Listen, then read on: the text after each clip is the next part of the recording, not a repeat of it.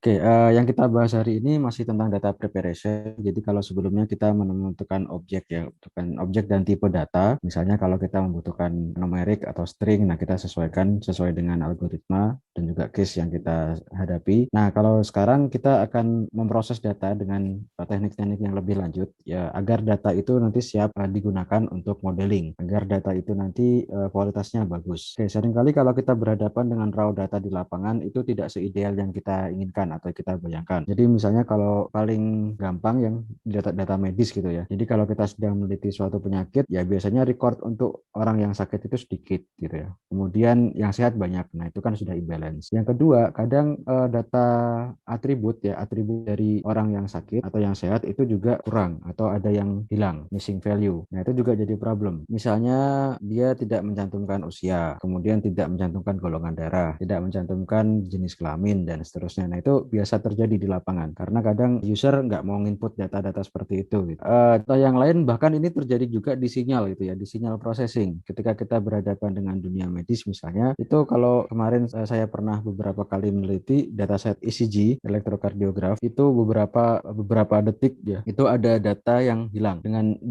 kalau kita visualkan di dalam visualizer gitu ya, sinyalnya itu nggak naik turun, dia sinyalnya lurus lurus. Nah, itu umum terjadi karena itu bisa saja karena ketidaksengajaan, kayak sensornya itu masangnya kurang pas atau kurang kurang ini ya, kurang gigit lah, jadi kurang pas, jadi datanya nggak kebaca. Di dataset yang lain juga gitu, EEG misalnya, kemudian ada CTG, nah itu juga gitu. Sering kita mengalami beberapa detik atau berapa mili detik yang sinyalnya itu tidak ada. Jadi itu jadi kepusingan tersendiri. Kalau kita nanti hilangkan sinyalnya itu jadi problem, karena harusnya di detik itu seragam semuanya ada. Kalau kita hilangkan satu, bagaimana dengan yang lain? Apakah dihilangkan juga dan seterusnya. Nah, itu jadi pertimbangan khusus jika kita berhadapan dengan realita dengan kualitas data di lapangan. Oke, mungkin kita langsung saja ke materi ya. Ini sekedar intro beberapa yang pernah saya temui di lapangan ketika mengadakan penelitian. Nah, di sini nanti kita akan bahas beberapa teknik ya untuk prepare data, mulai dari kalau ada missing value, kemudian kalau kita misalnya butuh transformasi, kemudian kita melihat distribusinya, kalau ternyata itu miring harus kita betulkan. Nah, itu kita akan belajar itu hari ini. Oke, Bapak Ibu, ini topik ke-9,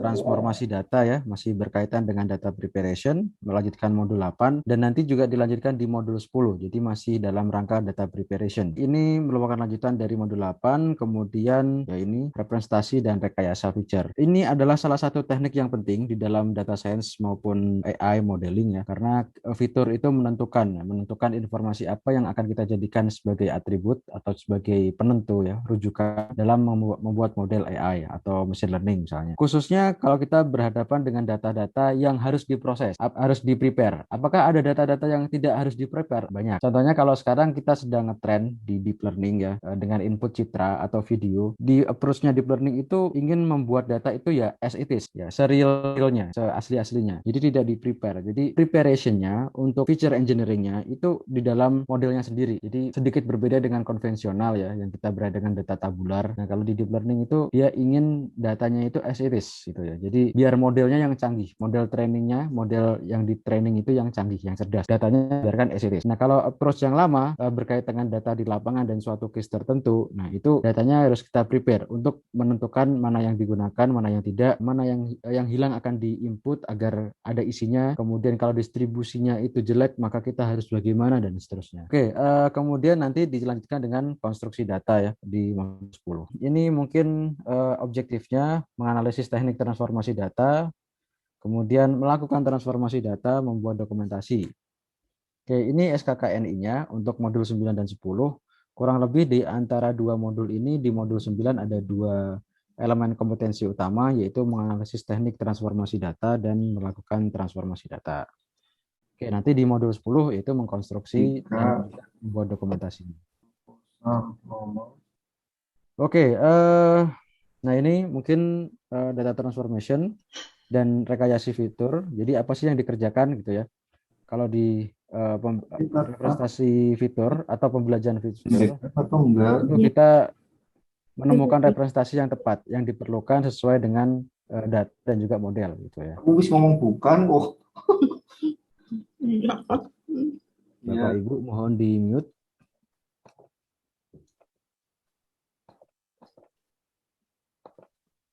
Oke, saya lanjutkan. Nah, kemudian ini menggantikan rekayasa fitur manual dan juga nanti fitur yang sudah kita persiapkan itu akan digunakan oleh model ya, untuk melakukan tugas tertentu. Nah, oke, rekayasa fitur ini pekerjaannya mengubah data mentah menjadi fitur yang memenuhi dua aspek itu. Ya, berkaitan dengan masalah model ya, mendasar dengan model prediktif yang akan digunakan. Yang kemudian kita juga berusaha untuk meningkatkan akurasi dari modelnya dengan membuat feature yang baru atau dengan merekayasa feature. Jadi bagaimana kita bisa menghasilkan hasil akurasi model yang lebih tinggi yang sebaik mungkin dengan memanipulasi feature dari datanya gitu. Oke, ya ini kurang lebih beberapa teknik yang kita bisa gunakan di feature engineering ya. Ada imputation, ada encoding, ada scaling, ada handling outliers, kemudian ada log transform, ada grouping operation, ada binning. Nah, mungkin di antara ini kita minimal akan belajar 1, 2, 3, 4, 5 ya. Mungkin akan 5 kita akan pelajari dari sini.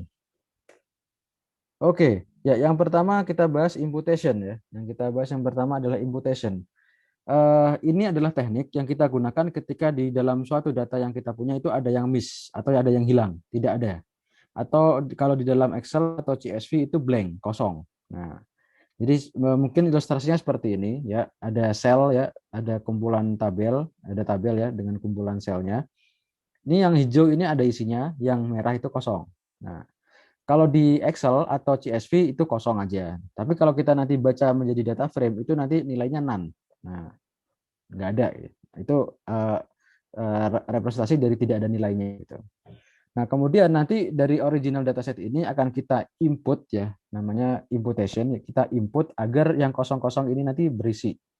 Oke. Tentu saja nilai yang apa namanya yang kita isikan, yang kita input ke data ini, yang data yang hilang itu adalah aproksimasi, bukan yang real atau yang sebenarnya. Tapi setidaknya kita membuat apa namanya yang kita input tadi mendekati yang sebenarnya ya, sebaik mungkin gitu.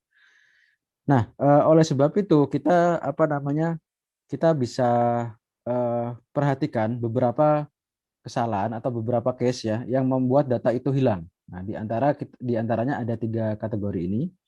Missing completely at random atau MCAR, kemudian missing at random atau MAR, kemudian missing not at random.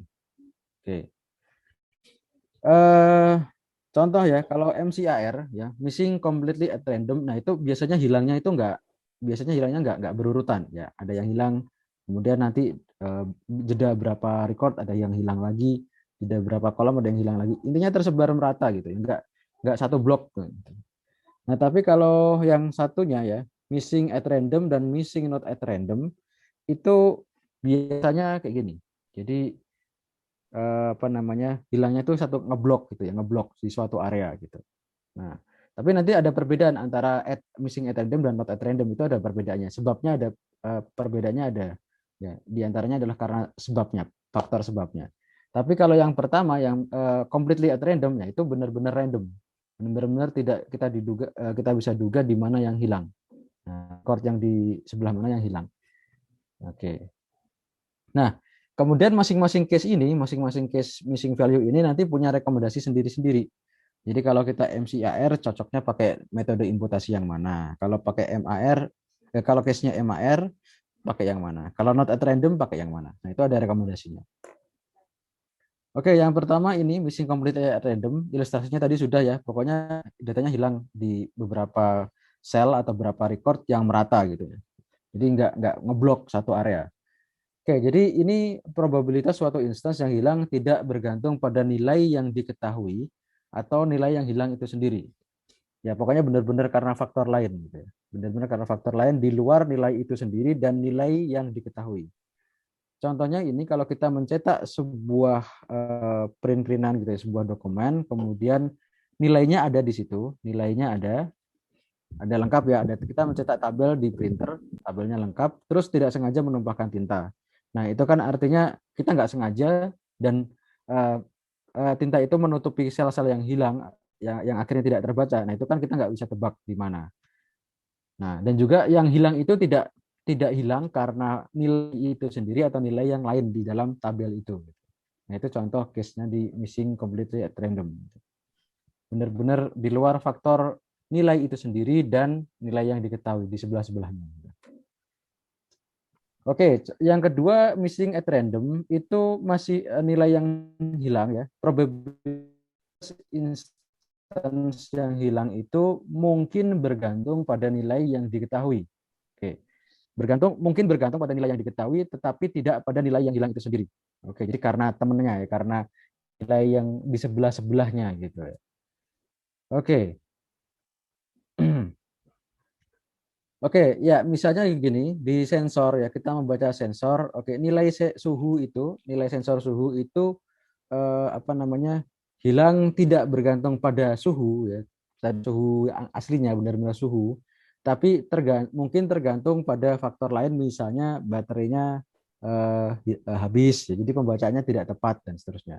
Tapi tidak bergantung pada nilai suhu ruangan itu sendiri gitu.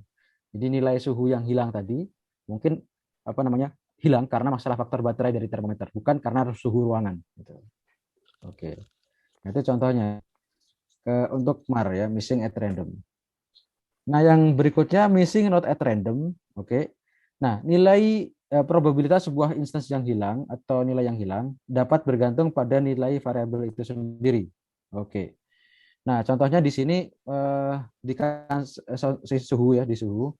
Oke, sensor tidak berfungsi ketika lebih dingin dari 5 derajat Celcius. Ya, artinya di bawah itu apa namanya? Itu sudah nggak bisa bekerja gitu. Jadi bukan karena baterai atau bukan karena nilai yang lain, ya memang karena suhunya sendiri ketika di bawah 5 itu udah nggak bisa dibaca oleh alat gitu. Nah, itu missing not at random. Oke, nah itu mungkin 3 kategori missing value yang kita perlu ketahui dan kita perlu kenali nanti untuk menentukan mana sih yang akan kita pakai gitu. Oke, kemudian tahapan dan teknik imputasi.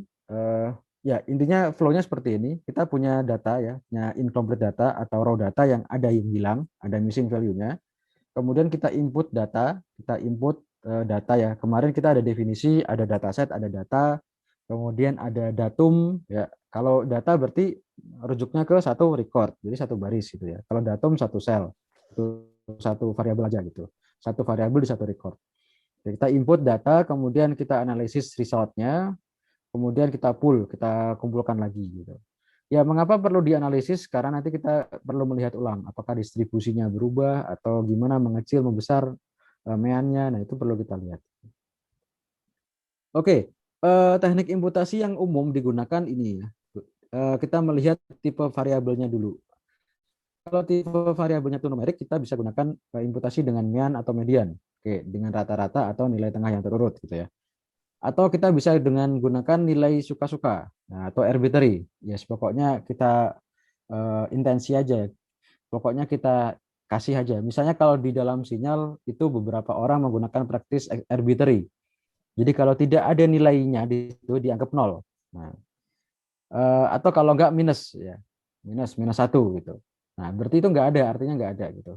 Ya nanti daripada enggak ada kita kasih nilai yang arbitrary yang membedakan dengan nilai yang lain. Nah, itu contoh di sinyal gitu. Oke, atau kita bisa gunakan nilai dari end of tail atau nilai ujung.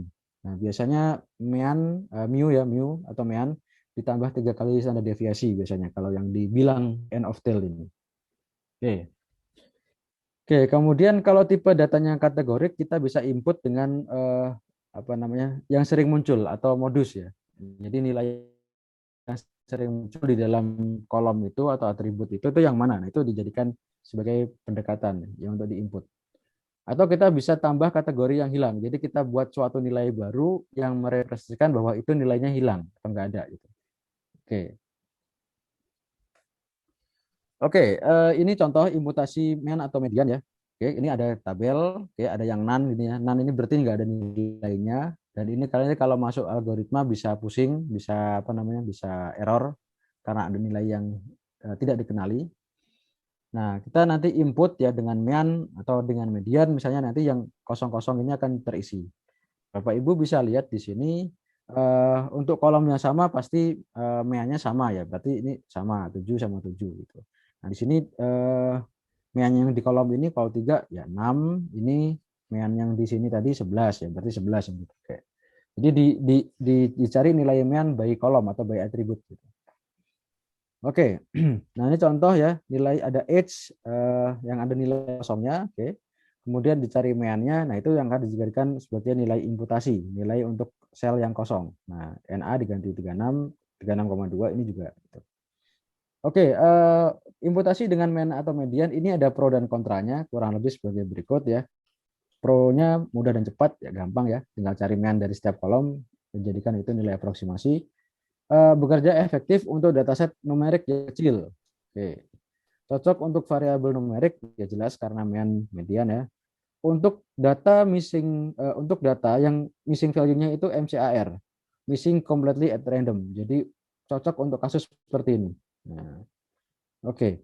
Dapat digunakan dalam produksi, oke. Misalnya dalam deployment ya bisa ya. Jadi ketika di deploy ada missing value itu bisa kita jadikan metode ini mean atau median sebagai imputasi data raw. Nah, tapi ada kontranya. Oke, kita tidak membutuhkan korelasi antar fitur. Nah, siapa tahu bahwa ini ada hubungan dengan atribut yang lain. Nah, itu tidak dipertimbangkan di teknik ini. Oke, berfungsi pada tingkat kolom. Jadi atribut base atau kolom base kurang akurat. Oke. Kemudian tidak merhitungkan probabilitas atau ketidakpastian. Kemudian tidak cocok untuk lebih dari 5% missing data. Jadi kalau yang hilang itu lebih dari 5% itu nggak cocok. Oke, yang juga efek yang lain adalah ini, mendistorsi varian dan distribusi variabel asal. Jadi variabel asal itu sudah pasti nanti varians ya itu pasti berubah gitu dengan data itu. Oke, varians dan covarian sisa data. Oke, ini Bapak Ibu bisa mencoba ini untuk hands on-nya sudah ada di sebentar saya berikan di grup Telegram. Oke, ini ada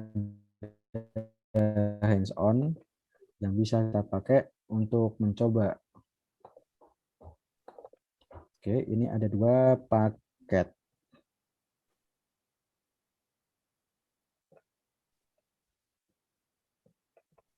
Oke. Nah, itu ini filenya ada di situ untuk Jupyter Notebook-nya Bapak Ibu bisa lihat. Oke, ini contoh kita bikin tabel ya, data frame, bikin data frame, ada kolom 1 2 3 4 5. Kemudian diberikan datanya, oke, diberikan datanya. Oke, ada yang tahu ini tipe kolom ini tipenya apa? Ini tipe datanya jenisnya apa? Dictionary, Pak. Dictionary, betul. Oke, ini dictionary. Ada key, ada value. Ya, key titik 2 value, key value, key value. Oke.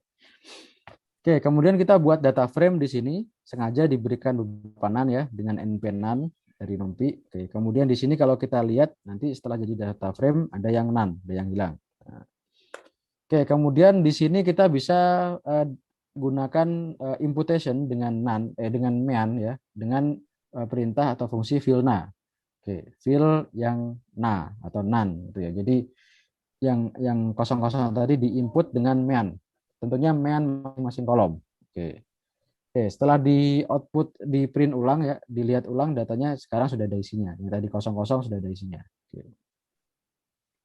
Oke, ini contoh yang kedua ya, yang tadi umur ya, umur. Nah, ini umur, ada umur.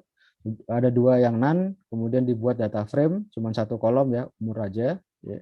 Kemudian kita input dengan fillNA juga. Oke, yang kosong diinput dengan mean juga. Gitu. Oke, sehingga yang nan ya indeks 2 dan indeks 5 itu sudah ada isinya.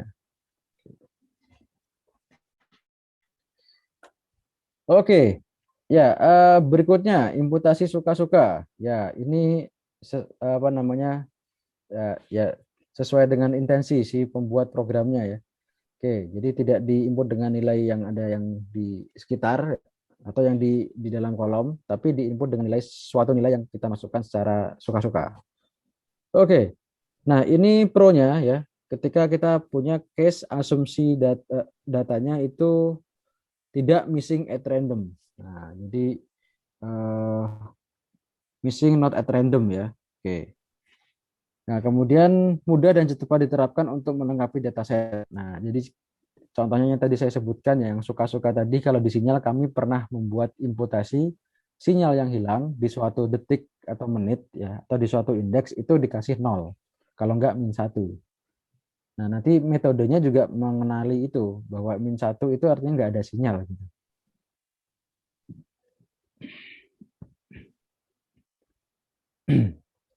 Oke, ini kontranya. Mendistorsi varian dan distribusi variabel, variabel asar, oke. Dan kovarian variabel sisa. Membentuk outlier, oke. Jika arbitrary atau nilai yang tadi suka-suka itu berada di akhir distribusi, ya pasti bikin outlier. Oke, semakin besar semakin besar distorsi. Ya, semakin besar yang missing value, oke, berarti makin besar distorsinya. Oke, nah ini hindari memilih nilai arbitrary yang mendekati nilai mean atau median. Oke, nah ini menghindari nilai yang input suka-suka tadi mendekati mean atau median. Oke, ini contohnya ya. Oke, contohnya kurang lebih sama seperti tadi ya. Ada data frame kita buat ya. Ada kolom umur ini nilainya. Pertama masih ada none-nya, kemudian kita input filna dengan suatu nilai.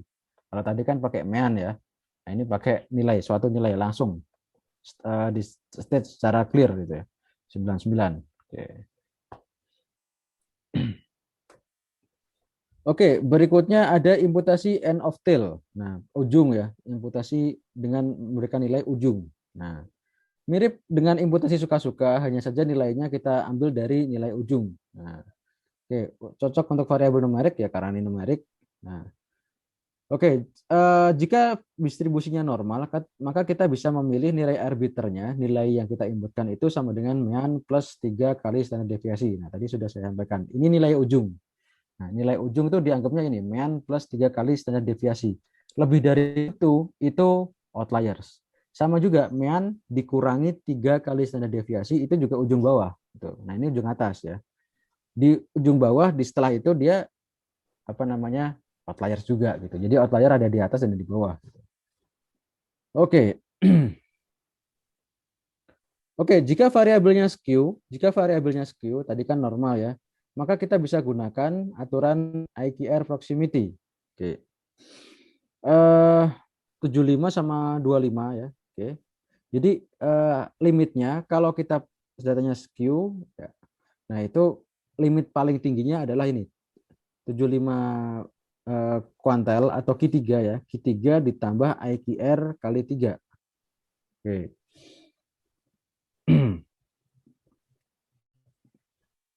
Oke. Nah, lower limitnya batas paling bawahnya kita gunakan 25 kuantel atau Q1. Satu dikurangi IQR kali 3. Nah, itu apa namanya? Kalau kita mengalami atau mendapatkan distribusi skew. Nah, skew itu miring kiri atau miring kanan. Nanti ada pembahasannya. Skewness gitu. Oke, dan ini hanya bisa digunakan pada data latih atau training set. Ya, jadi sebaiknya ini digunakan untuk training set saja. Untuk testing ya as it is saja, biarkan aja. Oke, kemudian ini contoh code-nya. Contoh code-nya apa namanya kurang lebih sama seperti tadi ya. Ada data frame kita buat dari satu kolom umur nilainya 29, 46, 25, 34, 6, 50 ini. Kemudian kita apa namanya kita input dengan end of tail tadi ya. Oke. Oke, pakai feature engine. Oke, feature engine, library feature engine, imputation, entail inputer, kemudian di sini di input ya. Oke. Entail inputer kita input dengan Gaussian distribution ya, asumsinya Gaussian. Kemudian tailnya right, jadi kanan ya, ujung kanan atau ujung atas. Kemudian kita fit ya, kita fit. Nah, kemudian ditransform datanya. Nah, ketika nanti setelah saya ditransform data yang baru ini hasil transform tadi nilai yang kosong-kosong sudah ada dengan nilai tadi end of tail. Ya, tentunya ini di sini milih tail yang kanan ya, tail yang kanan. Jadi ujung yang kanan. Oke. Nah, ini adalah karakteristik dari data skewness. Oke. kecenderungan, kemiripan, kecenderungan, kemiringan atau kemencengan. Nah, ini artinya ya, terserah. Saya sih lebih sering pakai istilah skewness dalam translatean kemiringan ya, miring ya. Oke, ini adalah contoh data skew ke kanan atau miring ke kanan. Jadi yang turun itu ke kanan, yang apa namanya, yang turun agak jauh itu yang ke kanan, yang kiri dekat gitu ya. Nah, ini terjadi ketika kita punya nilai mean ya, itu lebih dari median, lebih dari modus. Nah, ini Bapak Ibu bisa lihat meannya paling kanan, sebelah kirinya ada modus ya. Median, sebelah kirinya lagi ada modus. Nah, jadi modus, median, mean itu ke kanan gitu ya. Nah, ini miring ke kanan, mu-nya di kanan. Jadi mu paling kanan, setelah itu median, setelah itu baru modus. Oke. Berikutnya skew ke kiri atau miring ke kiri itu kebalikannya. Jadi yang landai yang ke kiri, yang landai ke kiri. Kemudian mu-nya juga di kiri. Jadi, mu-nya kurang dari median, kurang dari modus. Nah, oke. Mungkin bisa dilihat ini pakai tanda mu aja. Kalau miring ke kiri, mu-nya di paling kiri. Di tengahnya median baru modus. Kalau ke kanan ya, kalau ke kanan kebalikannya paling kanan baru, setelah itu modus. Oke, oke. Nah, teknik berikutnya untuk imputasi adalah halo, halo Bapak. Oh, oke. Oke, berikutnya teknik yang selanjutnya adalah imputasi dengan frekuen kategori atau modus. Jadi kita input suatu nilai yang hilang dengan nilai yang sering muncul. Nah, ini cocok digunakan ketika kita punya data kategorikal. Nah, jadi contohnya di sini kita punya ini ya, punya tabel, ada yang hilang, ada yang tidak ada nilainya. Nah, ini kita bisa isi dengan nilai yang paling sering muncul. Nah, di sini contohnya yang paling sering muncul modenya Ford ya, berarti kita input dengan Ford yang hilang-hilang tadi. Oke, pro-nya cocok untuk data dengan missing at random ya, missing at random yang tadi ya, bergantung nilai lain tapi bukan nilai itu sendiri. Mudah dan cepat diterapkan. Oke, cocok untuk data yang memiliki skewness, oke, dan bisa diaplikasikan dalam produksi atau deployment. Oke, kontranya mendistorsi relasi label dengan frekuensi tertinggi dan variabel lain. Jadi yang apa ya? Oke, label dengan frekuensi tertinggi dan label lain punya relasi, nah itu bisa terdistorsi. Oke.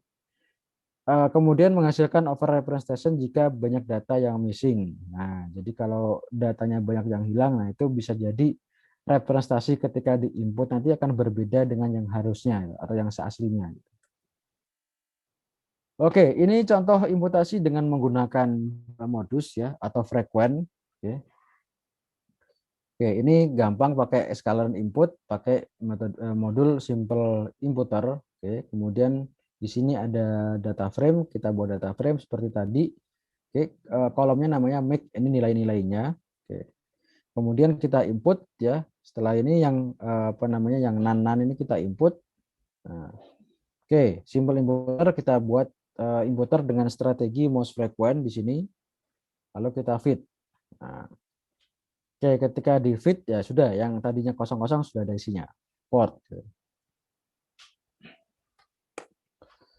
Oke, berikutnya imputasi dengan random sampel. Nah, ini dengan random, pokoknya di random aja gitu ya. Dari satu kolom itu.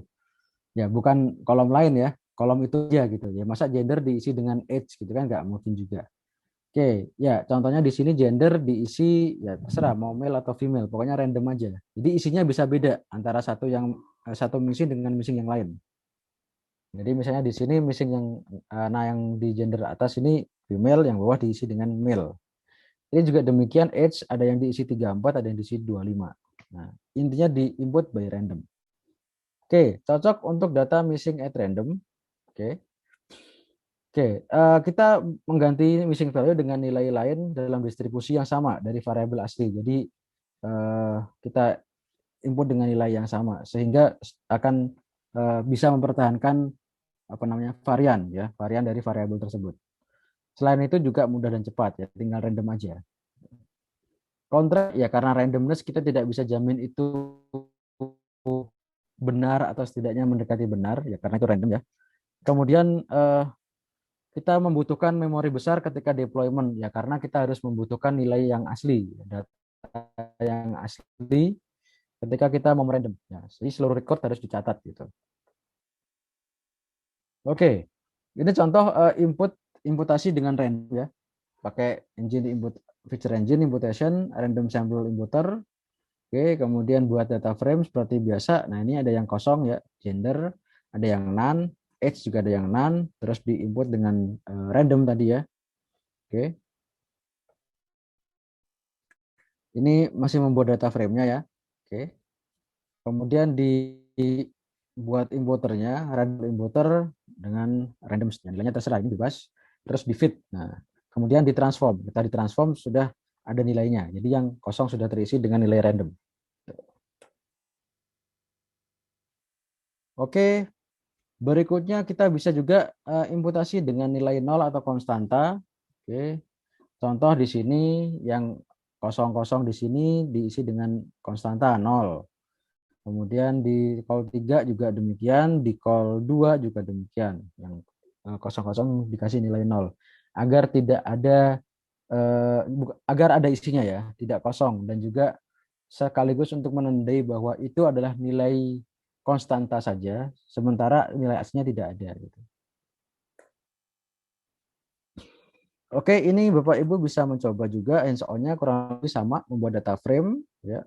Ada satu kolom umur, ini nilainya, recordnya ke bawah, lalu eh, apa namanya di input dengan filna saja dengan kosong. Ya, mungkin sama seperti tadi yang suka-suka ya, yang arbitrary. Jadi suka-suka mau diinput nilai berapa. Cuman di sini 0 ini ada alasannya ya. Mungkin karena ini eh, eh, absolute zero, nilai mutlak di dalam range variabel itu. Oke. Oke, contoh misalnya yang nilai mutlak 0 itu ada misalnya usia. Usia kan nggak apa nilai minimum mutlak ya. Jadi nggak bisa lebih kecil dari itu. Ya usia itu kan pasti 0 ke atas gitu kan. Usia dalam tahun pasti 0 ke atas. Nggak ada nih usia minus 1 nggak ada gitu. Terus apa lagi ya? Nilai ujian itu ya. Kalau nilai ujian bisa minus ya. Nilai ujian kan kadang sistemnya bisa salah minus 1. Nah, itu bisa minus. Selain itu apa ya? Tabungan ya kadang mungkin tabungan bisa minus ya kalau punya utang gitu ya, nggak punya surplus, nggak punya uang simpanan tapi minus berarti utang, nah itu bisa juga. Tapi kalau yang usia tadi contoh ya, jadi itu nilai nol mutlak nilai terkecil ya di dalam range variabel itu. Oke, berikutnya contoh teknik yang digunakan untuk imputasi adalah KNN ya. Oke, jadi ini mengambil beberapa nilai terdekat. Ya, jadi ketika kita punya suatu sel, dia lihat nilai terdekat. Nilai terdekat diambil K terdekat lalu diputuskan di nilai di kolom yang hilang itu atau di sel yang hilang itu nilainya berapa. Oke. Oke. Ini pro kontranya, lebih akurat daripada mean, median, dan most frequent atau modus. Kemudian kontranya, komputasinya mahal ya karena lebih ribet gitu ya. Harus nyari tetangga terdekat dulu, K nearest neighbor dulu, K tetangga terdekat dulu, terus baru dihitung nilai future-nya, terus baru dikasih ke dia gitu. Oke, kemudian butuh apa namanya penyimpanan dataset juga karena kita membutuhkan referensi di sekitarnya. Kemudian di sini sensitif terhadap outlier dalam data. Nah, jadi kalau misalnya nilai dia dekat dengan outliers ya outliersnya ikut hitung gitu. Meskipun dia bukan outliers gitu. Misalnya nilai 11 itu sudah outliersnya. Nilai dia 10, oke. Ada tetangga 11, ada tetangga 9. Nah, ya berarti kan dua-duanya dipertimbangkan, 11 sama 9. Oke. Kemudian ini cocoknya ya, contoh ini cocok ketika di kasus gen expression, ekspresi gen atau RNA ya, mRNA atau mRNA sih. Jadi itu ada penelitian yang menunjukkan bahwa ketika kita membuat gen expression eksperimen itu satu sel dengan satu titik dengan titik yang lain, sel dengan yang lain itu gennya itu masih ada kemiripan. Nah, sehingga kalau misalnya suatu nilai ekspresi ya, warna biasanya, warna yang muncul ketika gen itu dikasih larutan hilang ya di suatu sel hilang, kita bisa infer dari sebelah-sebelahnya gitu. Nah, karena dari awal memang ketika kita memasukkan gen di dalam microarray itu ada kemiripan antara satu sel dengan sel yang lain. Istilahnya nggak beda-beda jauh gitu ya. Jadi diharapkan ketika nanti suatu sel itu tidak terlihat expressionnya atau nilai pendaran warnanya, itu nanti bisa diambil dari beberapa sel di dekatnya gitu. Lalu diputuskan nilai dia berapa baiknya. Nah, ini contoh penggunaan KNN yang pernah saya gunakan juga di kasus tadi, Gen Expression Analysis. Oke, berikutnya kita bisa imputasi regresi ya. Ini deterministik, jadi kita buat regression terus diprediksi gitu ya. Jadi nilai-nilai yang nilai-nilai yang tadi nilai yang ada ya, yang diketahui itu dijadikan dataset training gitu ya. Terus nah nanti nilai yang belum ada itu dipredik oleh model regresinya gitu. Oke. Oke, ini contoh ya imputasi dengan regresi linear ya. Di sini pakai linear model ya. Oke. Nah, kemudian di sini ada data yang sengaja dihilangkan ya. Contoh di sini dihilangkan ya. Di lokasi di kolom glukose 0, oke. Oke. Itu dikasih none. Jadi kalau glukosenya itu nilainya 00, nilai kolom glukosenya itu dikasih none. Nah, begitu juga dengan blood pressure, begitu juga dengan skin thickness, insulin, dan BMI. Di beberapa kolom ini yang nilainya 0 itu akan di NA, dibuat NA, dibuat not available. Ini sengaja untuk nyoba aja. Oke. Nah, ini kalau dilihat ya, kalau dilihat missing ya, eh, missing no matrix-nya. Ini namanya missing no matrix ya, missing no matrix. Ini untuk visualize ya, mana atribut-atribut yang penuh, datanya ada semua, mana yang atribut-atribut yang ada missing value-nya. Nah, kalau hitam semua gini berarti penuh ya. Ini berarti nggak ada yang miss. Nah, ini ada sedikit. Nah, ini ada sedikit. Blood pressure banyak, agak banyakan. Skin thickness lebih banyak, insulin juga lebih banyak. BMI beberapa ya, 1, 2, 3, 4, 5. Ini penuh, penuh, penuh. Nah, ini dengan menggunakan matrix ini, plot missing no matrix ini, kita bisa lihat mana sih kolom-kolom yang full, tidak ada missing value. Mana kolom-kolom yang sedikit missing value seperti ini, BMI, atau seperti glucose. Mana sih yang banyak yang hilang, seperti ini, insulin, skin thickness, dan blood pressure. Nah, oke.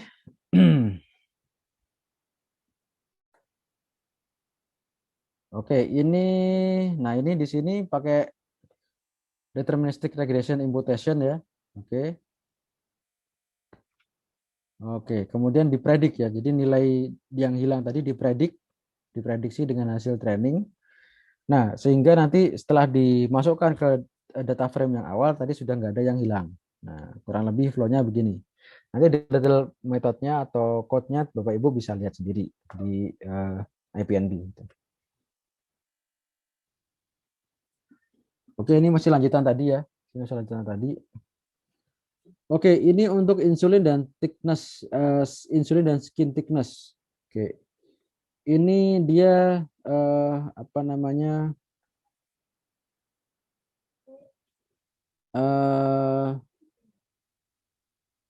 Dia menggunakan hisplot atau histogram plot dan box plot. Nah, Bapak Ibu bisa lihat di sini ini distribusi dari insulin, ini dari skin thickness. Kemudian ini box plot ya, box plot dari yang awal yang belum diinput, ini yang diinput.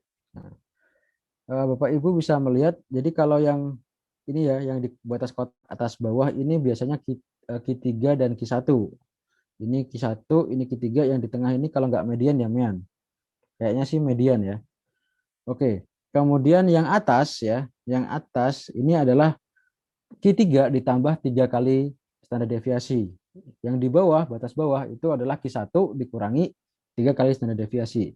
Nah, kalau kita menemukan titik-titik di luar batas ini ya, di luar batas N ya, bottom N atau upper N ya, batas bawah atau batas atas, berarti dia outliers. Nah, ini kita bisa lihat di sini awalnya mungkin banyak outliers. Nah, sekarang sudah lebih sedikit outliersnya. Oke, oke ya. Mutasi regresik yang tadi deterministik ya. Oke. Ini regresi dengan deterministik ya. Tidak mempertimbangkan variabel acak di sekitar kemiringan atau regresi.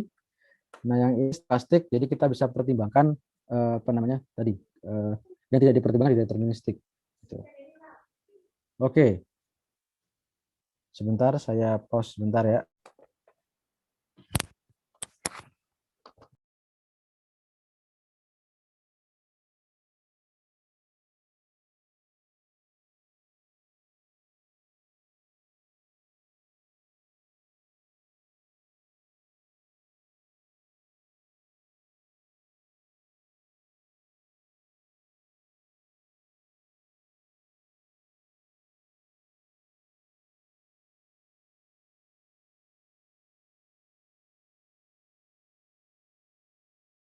Bu, kita lanjutkan lagi ya.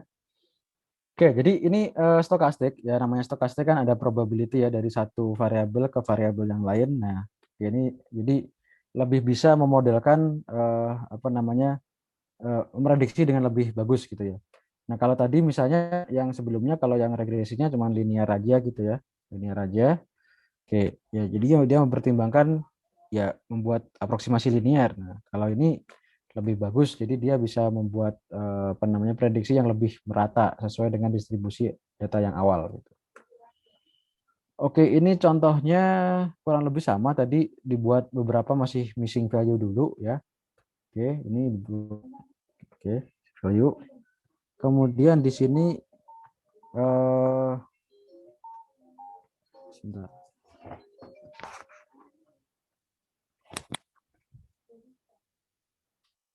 Oke, kemudian di sini ada random imputation. Oke, oke. Nah, kemudian ini mungkin regresinya mulai dari sini. Oke, ya. Kemudian kalau modelnya sebenarnya kurang lebih sama, pakai linear juga. Oke, oke, oke. Nah, ya ini stochastic regressionnya di bagian sini. Oke. Nah, jadi ya ini udah diatur dulu ya untuk fitnya. Mungkin sedikit berbeda dengan yang sebelumnya. Kalau yang sebelumnya fitnya pakai, nah tadi fit, oke, parameternya di sini df kolom dikurangi missing value, oke, zerim. Oke, kalau di sini, oke mungkin nanti kita bisa pelajari lebih lanjut di hands-on-nya. Kalau dari segi model prediksinya masih sama menggunakan linear regression, cuma nanti mengaturnya yang agak beda ya dengan yang sebelumnya. Oke, kurang lebih begini hasilnya, nanti bisa dilihat. Oke, jadi ini kesimpulan teknik imputasi. Ada dua kategori imputasi ya. Oke, berdasarkan layer atau tahapan, ada single imputation dan multiple imputation. Kemudian tadi ya juga kita memperhatikan imputasinya mau dikerjakan untuk data numerik atau kategorikal. Ya itu jelas berbeda. Pak, mohon maaf, screen-nya belum kelihatan ya, Pak? Oh, mohon maaf. Tadi lupa balikin ke. Oke. Nah, mungkin ini untuk perbedaan antara stokastik sama deterministik nanti Bapak Ibu bisa lihat di hands-on-nya ya. Oke. Ini mungkin nanti kita bisa juga lihat perbedaan settingnya itu gimana gitu ya. Oke. Nanti juga kita bisa bandingkan hasil apa namanya hasil distribusinya ketika hasil dari stokastik dengan yang awal itu berubah banyak apa enggak. Nah, kalau yang deterministik berubah banyak apa enggak gitu. Oke. Nah, oke, kemudian ini masuk kesimpulan di teknik imputasi. Kita perlu memberikan tadi ya tipe data, kemudian kita bisa single imputation, bisa multiple imputation, bisa satu kolom dengan satu teknik, satu kolom yang lain dengan teknik yang lain itu boleh gitu ya. Oke, kemudian tidak ada cara yang paling sempurna yang selalu superior terhadap cara yang lain untuk mengkompensasi missing value. Karena memang apa namanya setiap teknik itu dikhususkan untuk kasus sendiri-sendiri seperti tadi. Ada yang cocok untuk completely missing at random. Nah, missing completely at random. Ada yang missing at random aja. Ada yang not at random. Jadi kita perlu mempertimbangkan itu ketika kita memilih mau menggunakan teknik imputasi yang mana. Oke, nah ini mungkin sampai sini dulu untuk imputasi. Bapak Ibu bisa melihat hands-on-nya di file yang sudah saya kirim di grup Telegram. Oke, berikutnya ini mengatasi apa namanya outliers. Nah tadi missing value ya, mengatasi missing value. Nah sekarang mengatasi missing outliers. Oke, outliers. Biasanya ini memang menjadi gangguan atau menjadi apa namanya menjadi record yang mengganggu prediksi atau model yang kita gunakan untuk prediksi. Dengan adanya outlier kadang nilainya bisa turun, bisa apa namanya tidak bagus gitu ya. Ketika kita hilangkan outliers maka modelnya biasanya semakin bagus. Oke, apa definisi outliers? Ya, titik data yang sangat berbeda dari data lainnya. Ya, tadi ya, kalau kita lihat di box plot, nah, kalau yang di atas ini outliers. Nah, di bawah ini kalau ada juga outliers. Ini juga. Nah, oke. Nah, eh, bagaimana kalau kita ketemu dengan outliers? Ya, kita perlu mempertimbangkan apakah dibuang ataukah di approximate untuk mendekati ke kategori terdekat atau range terdekat. Nah, itu terserah Bapak Ibu dengan disesuaikan dengan case masing-masing gitu. Kalau di sinyal biasanya kalau outliers dibuang. Nah, karena ini biasanya salah pasang sensor atau salah konfigurasi tegangan atau voltase. Nah, itu biasanya dibuang aja gitu. Tapi kalau misalnya survei, nggak mungkin juga dong survei itu tidak dilakukan dengan sengaja. Ya, meskipun nanti ada yang mengisi dengan asal-asalan, tapi itu kan sadar dilakukan bahwa dia mengisi itu gitu. Nah itu perlu dikaji lagi, apakah ini uh, nilai yang sadar diisi dengan sebenarnya memang itu nilainya, ataukah memang orang yang ngisi itu asal-asal. Nah itu nanti bisa dikaji lebih lanjut ketika bertemu dengan outliers dari data survei. Oke, kemudian nah ini penyebab bisa error percobaan seperti tadi pasang sensor kurang pas, kurang ini ya, kurang gigit ya, kurang nge-grip gitu. Kemudian salah input bisa juga salah input ya biasanya mungkin salah ketik atau kalau di survei ya salah tulis, ya salah ketik juga. Kemudian error instrumen, oke, error instrumen, oke, kesengajaan, oke, kesengajaan mungkin karena untuk uji ya apakah nanti modelnya bisa cover ke range yang di luar normal gitu ya, di luar range biasanya. Ada error pemrosesan data, ya, misalnya transformasi ya. Transformasi ketika nilainya terlalu tinggi, nah dia nggak bisa jadi numerik. Nah, jadi nggak kuat gitu ya, resolusinya nggak kuat. Atau juga overflow. Jadi kalau misalnya kita pakai integer, ada batas maksimalnya. Ketika nanti kita inputkan data terlalu besar akan kembali ke minimal gitu. Padahal nilai minimal nggak ada. Semua data nilainya lebih dari 0. Itu bisa juga karena error pengurusan data. Error sampling bisa juga karena error sampling. Oke.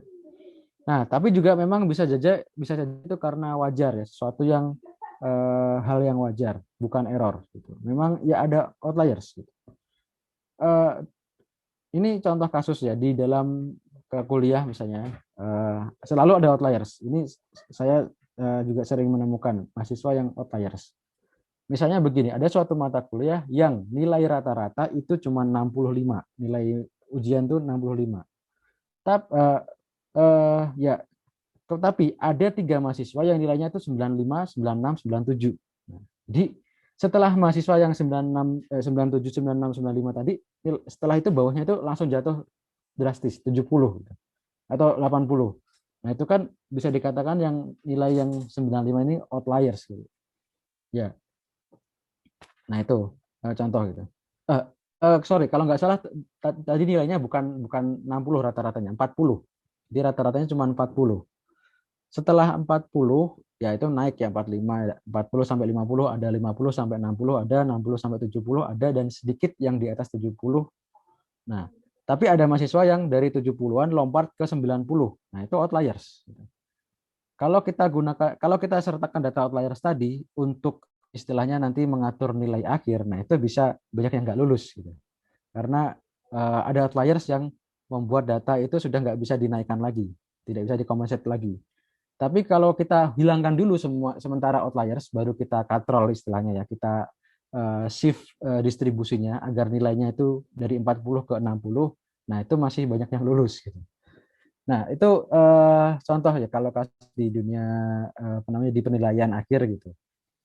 Ya, nah masalah mempertimbangkan nilai Bapak Ibu ya saya rasa sudah tahu ini kebijakan masing-masing, apakah boleh dibegitukan, apakah tidak, kapan boleh dilakukan, kapan tidak. Nah, saya rasa sudah tahu. Khususnya kalau soalnya kesulitan. Jadi setelah diakses nilai soal ujiannya ternyata kesusahan. Jadi nilai rata-ratanya cuma 40. Itu kan bukan fully mahasiswanya yang bodoh-bodoh ya, tapi soalnya yang terlalu sulit dibandingkan yang diajarkan, atau waktunya yang kurang banyak untuk mengerjakan. Oke, nah itu outliers. Kemudian jenis kategori univariate, multivariate. Nah, Bapak Ibu kalau kita punya satu variabel, ya satu variabel punya banyak nilai ya, punya banyak nilai, misalnya x, punya x1, x2, x3, x4, nah itu multivariate. Tapi kalau x itu cuma satu nilai, ya satu aja nilainya, entah 50, entah 100, entah berapa, nah itu univariate. Tapi kalau kita punya tuple ya, punya tuple suatu variabel yang jadi tuple, misalnya x, y, z ya, posisi. Nah, itu kan multivariate gitu. Oke, parametrik versus non parametrik. Nah, jadi yang parametrik ya tentu saja karena sebuah parameter, oke. Yang non parametrik ya, tidak ada parameter untuk data itu. Nah, kemudian ini kita bisa deteksi dan cari outlier dengan visualisasi. Contohnya tadi box plot. Nah, ini box plot ya. Q1, Q2, Q3 ya. Q1 25%, Q2 50%, Q3 70%. Ini Q3 plus 3 kali Z, ini Q1 min 3 kali Z. Nah, di luar itu outliers. Itu paling gampang kalau visualisasi. Kemudian bisa juga distribusi normal. Nah, ketika distribusi normal biasanya di atas 3, di atas mu plus 3S ya, mean ditambah 3 kali standar deviasi itu outliers. Sama juga di bawahnya, 3 min 3S itu juga dianggap sebagai outliers. Gitu. Nah, bagaimana kita menghadapi outliers? Kita bisa gunakan beberapa cara, diantaranya trimming, vinsorizing, inputting, discretization, sensoring, z-score, dan linear regression model. Nah, oke, ya deteksi outlier kita bisa pakai box plot atau histogram atau diagram ini distribusi normal. Oke. Nah, ya kalau di box plot ya ini ya, kalau di atas ini itu biasanya outliers, ini outliers. Oke. Nah, ini mungkin tidak terlihat dari sini ya, tapi kalau di sini kelihatan. Kemudian di sini kalau di dalam distribusi normal, nah ini outlier itu lebih dari z, mu ya, z ini ya katakanlah ini mu-nya 0 ya, berarti di atas 3z ya, di atas z 3z sama di bawah min 3z, nah itu berarti outliers. Oke. Kalau di box plot untuk apa namanya, oke, ini juga bisa pakai ini. Ini kalau tadi disarankan untuk kalau ini pakai ini ya, pakai datanya skew. Kalau ini untuk data normal, ini skew. Ini juga sama tadi ya. Q1, Q2, Q3 25%, median, dan Q3 75%. ini 3 Q3 plus 1,5 QR. Sorry, bukan 3 ya, 1,5 QR. Di bawahnya Q1 min 1,5 IQR, inter quartile range. Ya, ini IQR diambil dari selisih antara Q3 dan Q1. Nah, sorry, ini tadi bukan 3 tapi 1,5. Bapak Ibu mohon maaf, tadi salah mention. Yang 3 itu yang ini, yang Z ya. Nah, di bawah ini outliers, di atas ini juga outliers. Oke, trimming versus windscoring, windsorizing. Trimming atau potong ya. Jadi kalau apa namanya, ada yang outliers dihilangkan aja, nggak di-include. Oke, hilangkan dari kumpulan data atau dataset. Oke, oke. Kemudian ada juga namanya winsorizing ya. Oke, winsorizing ini mendekatkan ke range terdekat, mendekatkan ke kategori terdekat gitu. Oke, contoh di sini ya. Contoh di sini kita punya kondisi seperti ini. Ya, kondisi seperti ini ada range value dan juga frekuensinya. Nah, 1 sampai 10 11%, 11 sampai 20 25%, dan seterusnya sampai 91 plus 100 itu 8%. Nah, selebihnya ada data kecil-kecil. 111 sampai 120, 171 sampai 80. Nah, ini 1%. Nah, ini kita bisa putuskan mau dihilangkan atau di trim ya, atau mau kita kumpulkan ke kategori terdekat. Jadi diubah labelnya ke kategori terdekat. Nah, misalnya di sini kalau kita eh, kumpulkan ke kategori terdekat ya. Nah, itu berarti ini 4% ya.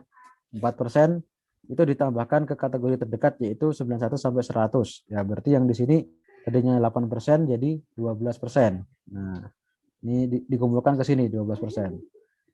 Nah, kalau dihilangkan, ya berarti ini dihilangkan. Nah, dihilangkan. Oke, karena dihilangkan datanya otomatis berubah kan ya. Nilainya, jumlah recordnya berubah. Nah, karena jumlah recordnya berubah, bisa jadi tadi persentasenya sedikit naik. Nah, tadi yang tadinya 8% sekarang jadi 83%. Karena ada sekian data yang dihilangkan. Jadi pembaginya makin kecil. Nah, jadi katakanlah tadinya pembaginya 120, nah sekarang dihilangkan beberapa tinggal 110 misalnya. Jadi ini tadi naik dari 8% ke 8,3%. Nah, karena yang bawah ini dihilangkan atau di-trim. Oke, nah Bapak Ibu, kapan mau pakai yang ini, mau pakai yang ini tergantung case. Itu tidak bisa dijelaskan secara apa saklek bahwa kita harus pakai winsorizing, kita harus selalu trimming. Itu tergantung case gitu. Oke. Oke, kalau dicontoh di sinyal biasanya kami trim, nggak bisa dipakai lagi ya. Jadi nggak bisa diproses ke yang terdekat karena bukan kategorial, karena itu nilai value time series dibuang. Tapi kalau misalnya kategori tadi nilai misalnya ya kita bisa winsorizing. Jadi kumpulkan ke kategori terdekat agar bisa dinaikkan bareng-bareng gitu. Oke. Oke, ini untuk hands-on-nya Bapak Ibu bisa lihat di IPNB ini menggunakan library dari SciPy ya. Oke, stats, MS stats, oke, windsorize sama trim. Nah, oke, nah di sini kita oke, ini pakai windsorize, ini pakai limitnya 10 sampai 20%. Oke, 10% nilai terendah dan 20% nilai tertinggi. Nah, oke. Oke, nah ini Bapak Ibu bisa lihat ya. 10% nilai tertinggi ini 9 sampai 10 itu diganti ya, diganti ke jadi 8. Nah, ini jadi 8, 10 juga jadi 8. Nilai terendah juga begitu ya. Nilai terendah ini satu, tadinya satu jadi 2 sekarang. Nah, berarti dikumpulkan ke nilai terdekat. Nah, oke. Nah, ini contoh ya, contoh kalau pakai trimming ya dipotong aja. Selain di dalam range ini dipotong. Nah, ini pakai limit 2 sampai 8, yang di luar itu di trim. Oke. Oke. Oke. Oke, berikutnya teknik untuk preprocessing ya. Teknik ini ya dealing with outliers saya rasa sudah cukup. Oke, berikutnya adalah teknik discretization. Jadi salah satu di antara data preparation adalah discretization atau di istilah lainnya dengan binning. Ya, kita buat kategori-kategori atau range-range gitu. Nah, ini ketika ketika kita punya dataset continue, data raw-nya itu continue, tapi kita butuhnya kategorikal. Misalnya begini, kita punya data itu misalnya pendapatan rata-rata ya, pendapatan rata-rata per bulan atau per tahun. Gaji per bulan atau per tahun. Nah, kita ingin mengelompokkan kategori orang itu masuk dalam kategori yang mana? Miskin, menengah, atau kaya, atau sangat kaya. Atau mungkin miskin, menengah, kaya, konglomerat. Nah, itu kita pengen 4 kategori itu tadi, tapi kita dapatnya data gaji. Nah, itu kita bisa gunakan discretization atau binning dengan membuat kategori-kategori. Nah, contoh yang lain ini berat ya, berat. Ini kita bisa kategorikan orang dengan kategori berat badan ringan, mid atau medium sama berat. Nah, dengan memperhitungkan nilai berat badannya dia. Kalau kurang dari 65 ya itu ringan. 65 sampai 80 medium, lebih dari 80 berat. Nah, jadi kita bisa buat range ya. Oke, untuk discretization banyak sekali tekniknya. Yang paling gampang ya ini tadi kita membuat range ini udah paling gampang, paling straightforward juga sesuai dengan logik yang kita punya juga. Nah, kalau yang lain ada yang menggunakan metode classifier seperti supervised ya, decision tree, bisa pakai yang unsupervised, misalnya equal weight discretization, equal frequency discretization, k-mean discretization, dan yang lainnya. Gitu. Oke, nah ini tentang discretization. Oke, contoh di sini ya, ini jadi 4 bin atau 4 kategori, ini jadi 8, ini jadi 16 ya. Tentunya makin banyak ya berarti apa namanya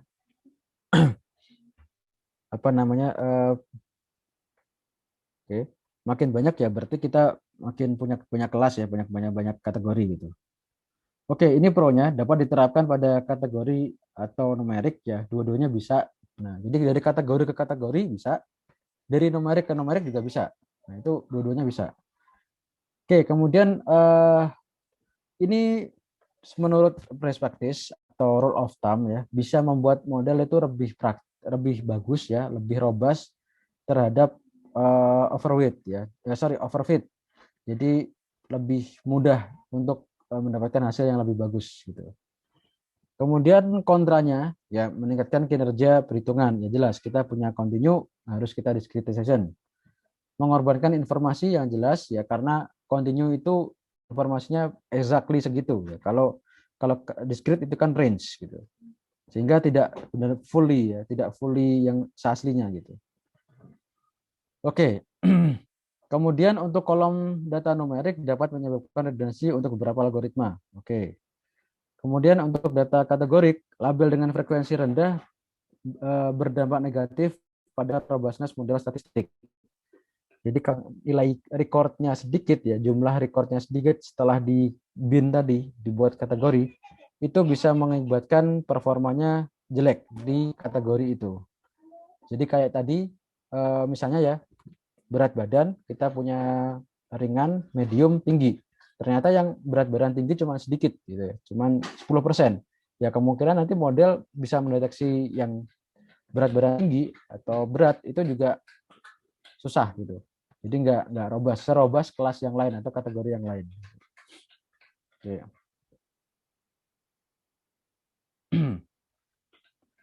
Oke, ini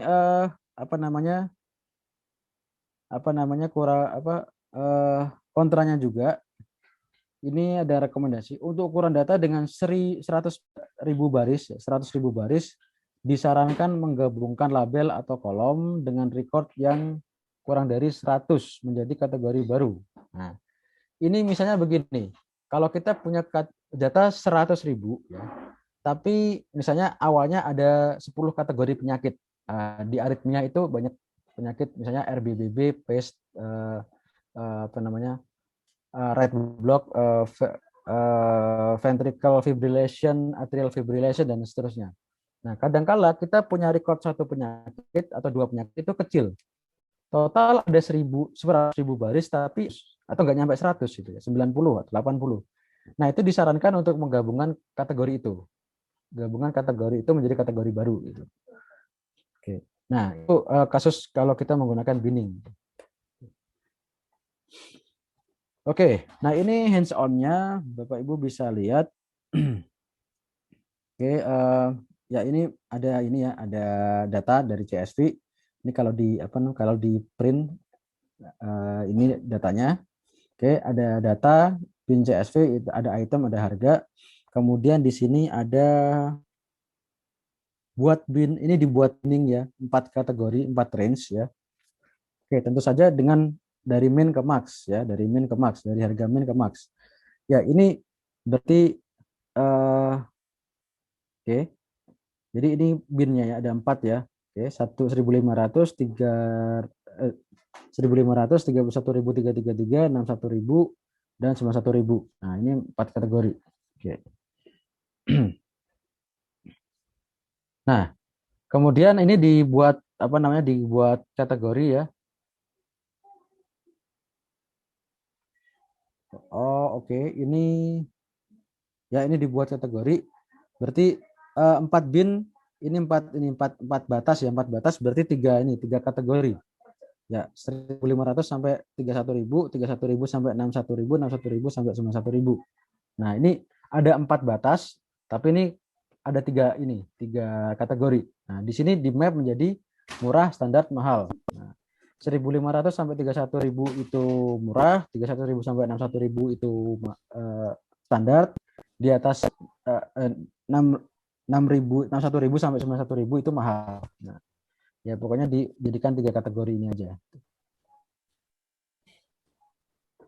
Oke, nah di sini oke. Nah, di sini kita juga bisa binning menggunakan interval range. Jadi kita tidak menentukan jumlah binnya atau jumlah batasnya, tapi itu nanti menyesuaikan tergantung dari ada berapa interval yang bisa dibuat. Gitu. Oke. Oke, di sini contoh ini ya, dibuat interval 10.000. Oke. Ya, 10 ribuan ya. Ya, 10 ribuan. Oke. Nah, bins-nya nanti menyesuaikan. Oke. Nah, di sini 0 sampai 10.000, kemudian 10.000 20 sampai 30, 30 40, 40 50 dan seterusnya. Nah, ini juga bisa digunakan seperti ini. Oke.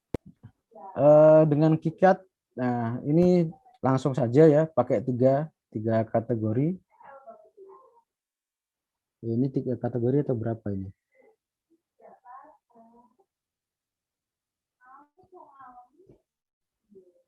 Oke, sebentar. Ya, ini 3 kategori ya.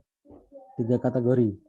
Ini 1.400 sampai 9.000, 9.000 sampai 41.000, 41.000 sampai 91.000. Nah, ada 3 kategori. Tinggal pakai ini aja, KiCad.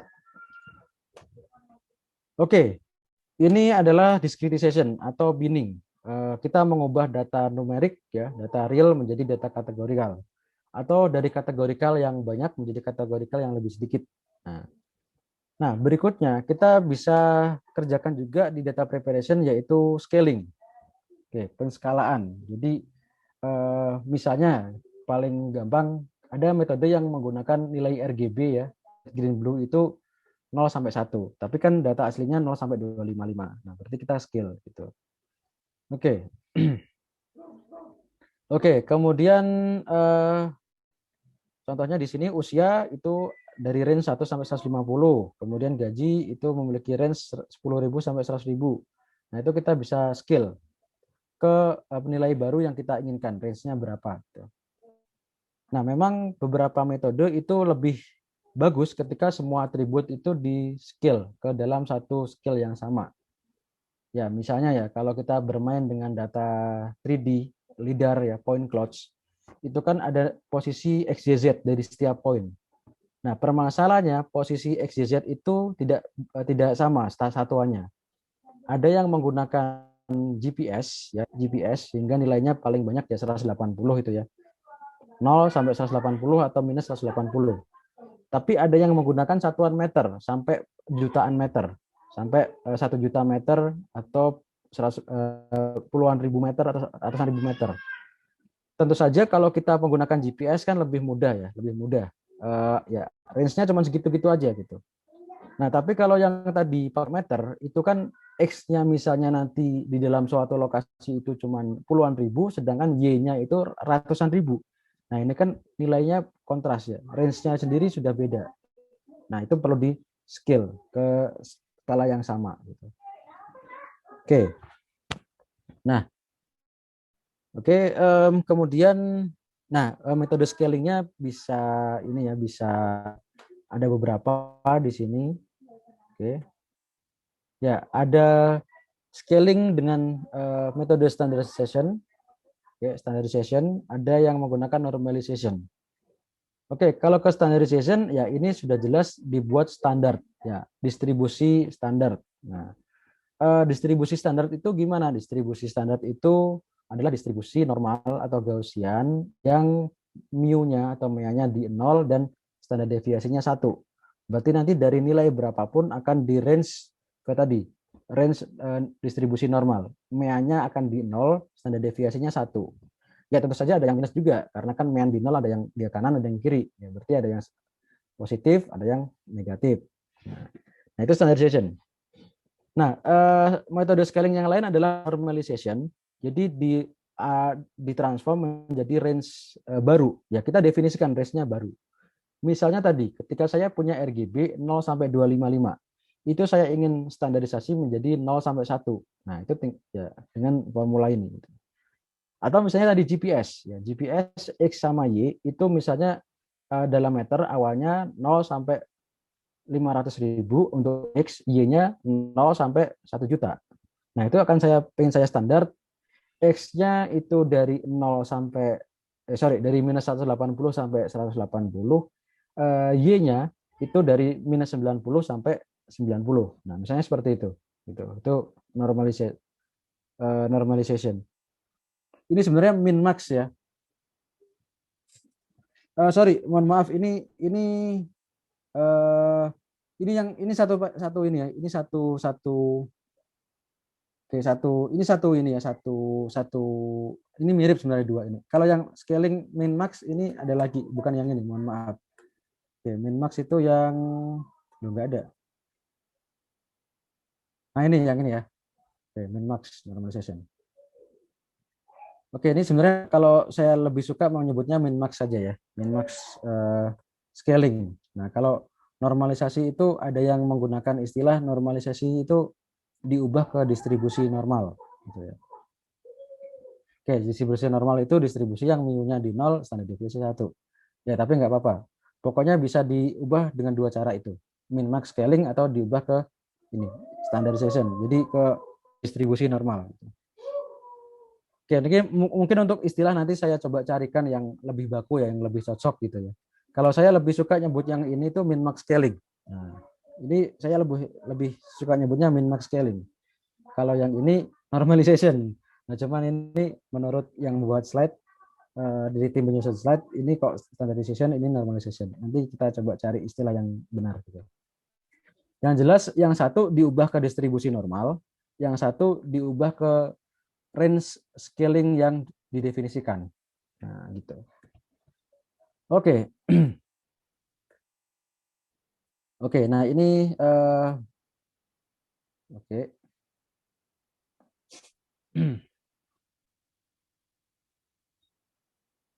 Ini contoh ya min scaling tadi. Nah, ini kan rumusnya yang ini kan normalisasi. Padahal ini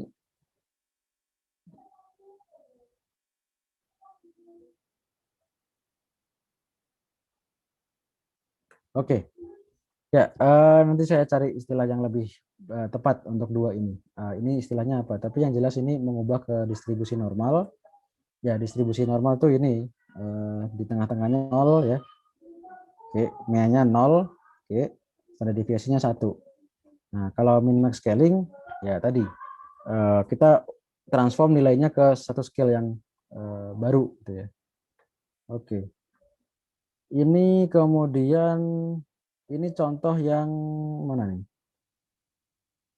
Ini contoh yang min max scaling seharusnya ya. Ini ada data, kemudian ingin di scale. Oke.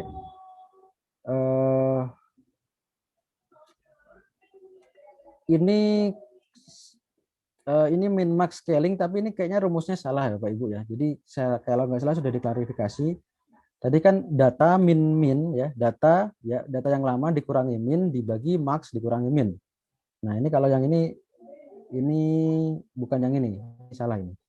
Kalau yang normalisasi ya dikurangi mean lalu dibagi standar deviasi. Nah kalau yang di sini ini salah ini. Nanti silakan dibetulkan sendiri di notebooknya. Nah oke, ini jadi kalau min max scaling ini data dikurangi min dibagi max dikurangi min. Ya, ini max min mungkin maksudnya ini udah benar. Tapi yang pengurangnya ini harusnya min, bukan mean. Oke, nah ini standarisasi. Kalau tadi istilahnya standarisasi ya diubah ke apa namanya distribusi normal. Ya, meannya di 0, standar deviasinya 1. Nah, ini meannya 0, standar deviasi 1. Nah ini standar. Oh oke. Kalau di ini namanya standar scalar memang. Kalau di library-nya ya. Oke, kalau di library scalarnya namanya standar scalar dijadikan ke distribusi normal. Oke, jadi nanti meanya ada di 0, standar deviasinya 1. Nah, oke. Mungkin karena itu dibuatnya istilahnya standarisasi. Oke. Oke, nggak apa-apa. Oke, kemudian ini contoh kasus. Ini tadi sudah ya, scalar dibuat ke distribusi normal. Oke. Nah, ini contoh ya hasil apa namanya standardization tadi ya, yang distribusi normal, yang ini min max scalar. Oke, H-nya jadi ini range-nya. Kemudian yang salary-nya ya ini. Ini kalau yang standardization atau tadi ya jadi distribusi normal, ini pasti nanti mean-nya 0, standard deviation-nya 1 masing-masing kolom ini. Oke. Oke, ini contoh hasil plotnya. Oke.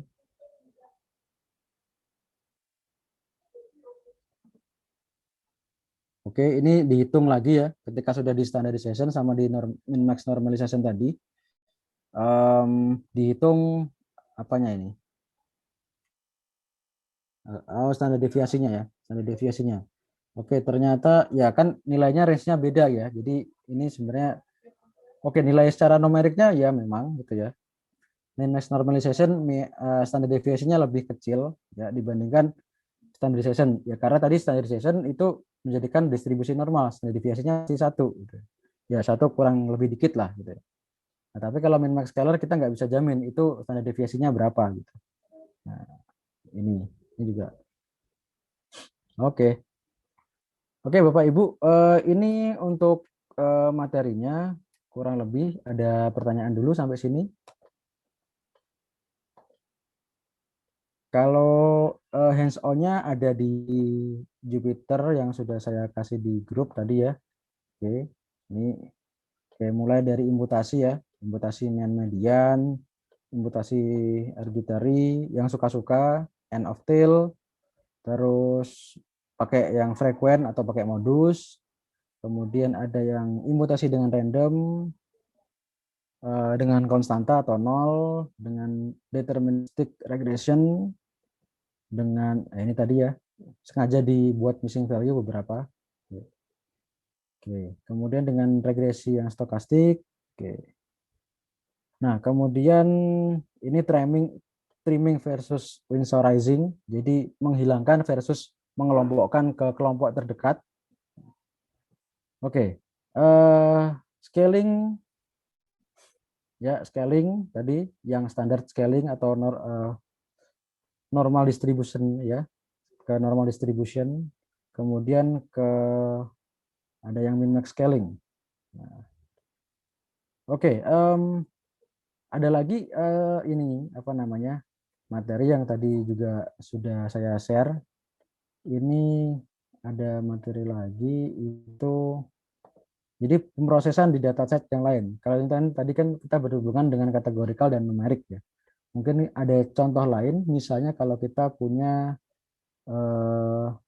image ya, punya image. Oke. Dataset image. Oke. Oke, ini contoh ada flower dataset ya, flower dataset bisa dilihat ini. Oke. Kemudian kita di sini bisa convert color ya. Convert color misalnya kalau di Jata Citra ini common. Kadang kalau kita punya model yang kecil, kita nggak harus pakai tiga channel RGB, kita bisa pakai grayscale aja. Nah, ini bisa misalnya color BGR to gray, blue, green, red atau RGB dibalik ya ke gray. Nah, itu misalnya convert ya. Misalnya juga kita ke HSV. Mungkin Bapak Ibu pernah ini ya, pernah melihat RGB versus HSV. Nah,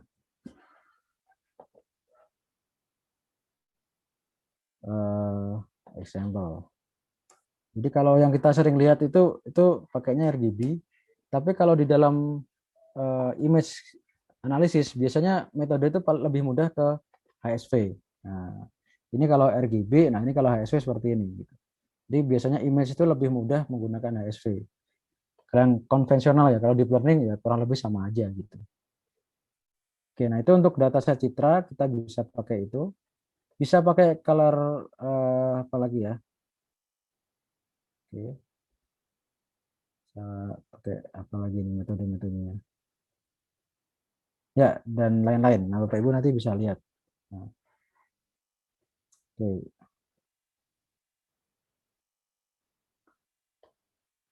Oke, nah yang lain mungkin dataset teks ya. Mungkin saya belum tunjukkan dataset teks ini. Oke, ini teks ya, teks processing. Nah, ini mungkin dalam bentuk PDF, Bapak Ibu bisa melihat. Oke, ini basic text processing. Mungkin ini bawaan Explorer yang kurang lengkap dibandingkan library NLP seperti apa namanya itu NLPK gitu ya. Nah, jadi kalau pakai ini misalnya convectorizer, IDF vectorizer. Nah, ini contoh pemrosesan teks yang sederhana yang biasa standar ya. Oke. Oke, ini contoh Bapak Ibu bisa melihat nanti ininya PDF-nya ya. Oke. Nah, ini contoh buang username, buang function, tanda koma, tanda ini, tanda seru, tanda ini ya. Kemudian remove extra space ya, kalau ada space yang ekstra dihilangkan. Oke. Nah, ini contoh dasar dari tweet. Oke, kemudian bisa diekstrak fiturnya dengan TF-IDF ya, TF-IDF. Oke, bisa kita ekstraksi dengan ekstraksi n-gram. Bapak Ibu mungkin yang sudah pernah bermain dengan dataset teks pernah mendengar n-gram ya. Kita pisahkan menjadi frase dengan n karakter gitu ya. Atau n frase saya lupa ya, n-gram. Oke. Nah, kemudian nanti dari n-gram itu ke vektor gitu ya. Jadi teks di vektor itu ada itu bisa. Ini kan awalnya teks, bentuknya teks ya, string. Nah, nanti dijadikan vektor. Nah, nilai. Nah, itu ada ininya. Ada library-nya gitu. Oke. Nah, ini contoh fitur unigram, oke. Fitur bigram akurasinya berapa TF-IDF. Nah, ini contoh ya, klasifikasi sederhana menggunakan logistic regression. Oke. Oke, jadi contoh kalau di dasar apa namanya teks itu kita bisa pakai n-gram. Ya, n-gram tuh n-nya itu bisa beberapa ya, bisa satu, bisa dua. Kalau dua ya berarti bigram, kalau tiga ya trigram. Oke. Nah, dan seterusnya. Pokoknya n-nya itu terserah mau diisi berapa. Kemudian kita bisa juga pakai TF-IDF. Nah, ini yang sering dipakai oleh teman-teman di NLP. Oke, ini contoh-contoh di dasar citra dan teks dan citra yang tadi ya. Kalau citra kita bisa convert ke beberapa domain seperti grayscale, HSV, ada lagi HSL misalnya. Kalau HSV itu hue, saturation, and value. Nah, kalau HSL itu hue, saturation, and light kalau salah. Cahaya, pencahayaan gitu. Oke. Oke, Bapak Ibu bisa merunning ini code-nya. Kalau belum ada, diinstal aja library-nya. Oke, sampai sini dulu Bapak Ibu. Ada pertanyaan? Saat ini belum ada, Pak. Belum ada ya? Oke, nanti Bapak Ibu bisa coba hands on-nya sendiri. Ini mungkin saya tadi belum sempat nyobain karena ya banyak materi yang harus disampaikan, cukup banyak sub ininya, sub subbabnya. Oke, kalau approach yang terbaru ya seperti deep learning itu memang pengennya tidak membuat feature extraction. Jadi dia pengennya dari raw data lalu langsung masuk model. Tapi tetap ada preprocessingnya. Biasanya preprocessingnya itu lebih ke resizing. Jadi image itu di resize menjadi format yang sesuai dengan yang diinginkan model. Misalnya 32 kali 32 atau 128 kali 128. Nah, kemudian mau pakai 3 channel atau 1 channel. Nah, biasanya deep learning gitu. Terus misalnya lagi ada augmentation. Nah, mungkin saya sudah pernah mention sebelumnya, augmentation itu membuat fake dataset. Jadi dari dataset train yang kita punya itu di-augment agar lebih banyak, bervariasi. Jadi kalau image contohnya itu bisa diputar ya, kiri kanan, flip, kiri kanan, atas bawah, kemudian di zoom in, zoom out gitu ya. Oke, nah ini mungkin saya tunjukkan kalau di feature engineering-nya untuk yang bermain dengan deep learning biasanya sedikit berbeda ya.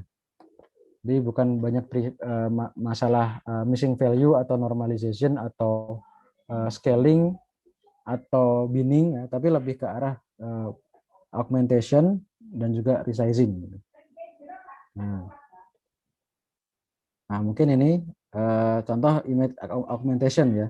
Nah, ini datasetnya mungkin cuma satu di antara keempat ini yang aslinya cuma satu. Nah, kemudian kita bisa augment ya menjadi beberapa ya. Seperti dipotong kiri kanan, jadi posisinya dipotong di kiri, di kanan, kemudian di zoom in, zoom out, di flip kiri kanan. Nah, itu akhirnya jadi bisa beberapa variasi seperti ini. Padahal ini aslinya cuma satu gitu. Oke. Nah, oke.